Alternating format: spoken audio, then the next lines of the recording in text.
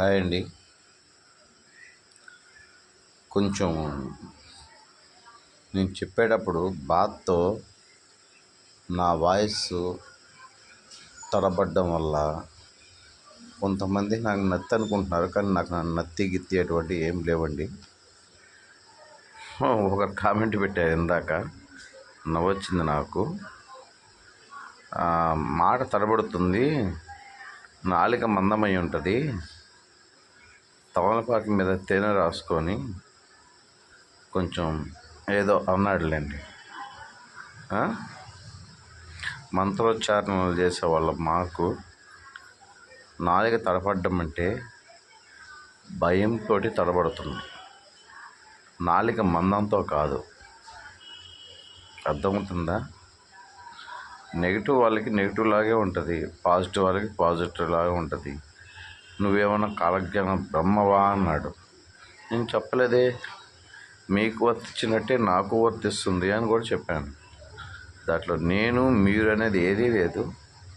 కాలానికి ఎవడైనా ఒకటే, ఇది కలియుగ ధర్మం అని చెప్పాను. నేను ఒక్కడనే బతుకుతాను, మీరందరూ పోతారు, నేను ఒక్కడనే ఒంటరిగా వెళ్తాను ప్రపంచాన్ని ఏమన్నా చెప్పానా? లేదు కదా. అజ్ఞానులు ఎలా అర్థం చేసుకుంటున్నారో నాకైతే అర్థం కావట్లేదు. వీళ్ళకి ముందుగా పోయే కాలం అవుతుంది. ఓకే, వదిలేండి. చెప్పాను కదా సముద్రం గురించి, ఉదయమే చెప్పాను. అంతకుముందు కూడా చెప్పున్నాను, అంతకుముందు చెప్పిందే ఉదయం గుర్తు చేశాను. దానికి ఒక లింక్ వచ్చింది, పంపిస్తాను. అది ఇది యాడ్ చేసి చూడండి. చూసినా చూడకపోయినా మళ్ళీ మళ్ళీ చెప్తున్నాను, జరగబోయేది మాత్రమే నేను ముందుగా చూడగలిగి చెప్తున్నాను. అది మీరు కాలజ్ఞానం అనుకుంటారో, లేదా నా శక్తి అనుకుంటారో, ఆ ఈశ్వర కటాక్షం అనుకుంటారో, ఇది ఆల్రెడీ చెప్పాను. నేను కాలజ్ఞానం చెప్తున్నాను, నేను బ్రహ్మం గారిని, నేను అది ఇది అని నేను చెప్పలేదు. నమ్ముకున్న వాళ్ళకి నమ్ముకున్నంత అన్నాను. అది మిమ్మల్ని నేను నమ్మండి అని చెప్పి మెడలో బోర్డు వేసుకొని తిరగట్లేదు కదా. నా వల్ల ఏమో మీకు ఉపయోగం ఉందో, నేను ఎందుకు ఇలా చెప్తున్నాను ఒకసారి ఆలోచించండి. కొన్ని మీకు కాకపోయినా నా వల్ల ఏదో ఒక ఉడతా భక్తిగా ఏ సాయం ఉందో, ఈ పంచభూతాలకు కానీ ఈ భూమికి కానీ, పుట్టిన ప్రతి మనిషి ఏదో కార్యానికి పుడతాడు.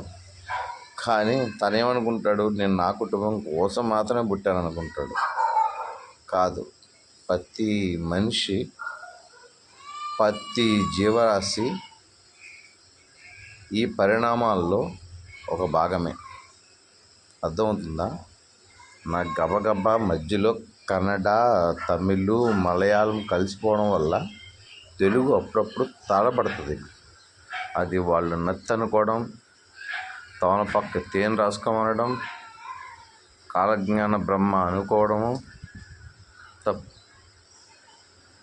మిమ్మల్ని నేను చూడమని చెప్పట్లేదు కదా. నాకు నచ్చింది, నాకు వచ్చింది, నాకు కనబడేది మాత్రమే చెప్తున్నాను. మీరు చూడండి, చూడకపోయినా కూడా చెప్పాను. మీరు చూడనంత మాత్రాన నాకు 7 కోట్లు వచ్చి పడిపోయేది లేదు, చూసినంత మాత్రాన ఇంకొక 100 కోట్లు వచ్చి పడిపోయేది లేదు. కాకపోతే మీరు జాగ్రత్త పడతారన్న ఒక్క విషయానికి మాత్రం నన్ను నేను తగ్గించుకొని ఎంత దూరమన్నా వెళ్తున్నాను. అదొక్కటి గమనించాను. సర్వే జనా సుఖినో భవంతు. ఈ వీడియోకి TV9 వాళ్ళు పెట్టిన వీడియో కలిపి పెడుతున్నాను, చూడండి.